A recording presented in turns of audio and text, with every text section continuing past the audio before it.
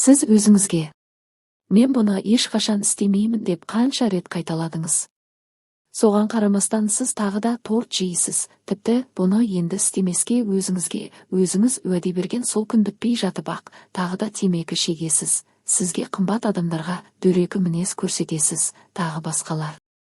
Біз өзімізге ренжіп, сенде титтей де жігер күш жоқ, сен әлсізсің деп проблеманы одан сайын күрделендіре түсеміз.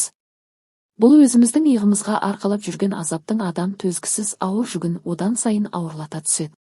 Бұның орнына сіз өзіңізге, мен өзімді үнемі кемсітіп сезіндіретін жасырын тілектен азат болғым келеді. Мен өмірдегі барлық жақсылықтарға татимын, және мен өзіме бұны сүйіспеншілікпен қабылдауға рұқсат етемін деңіз.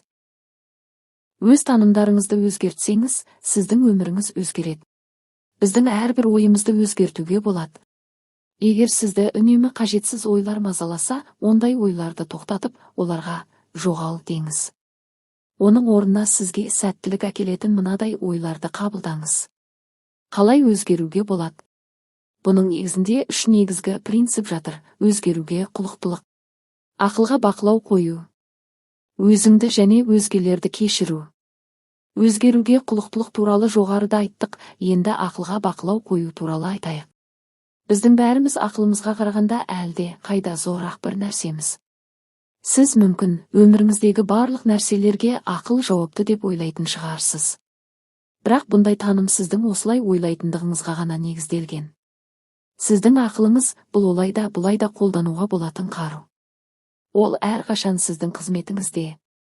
Бір минутқа ойыңыздағы мылжыңды өшіріңізде, сіздің ақылыңыз, сіздің қаруыңыз деген пікірдің мәні туралы ойланыңыз. Оны қалай пайдалануды сіз өзіңіз шешесіз. Сіз таңдайтын ойлар сіздің барлық өмірлік жағдаяттарыңызды тудырады. Ой мен сөзде адам сенбестей күш бар.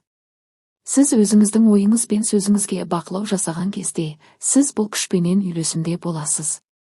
Сіздің ақылыңыз сізге бақылау жасайды деп ойламаңыз.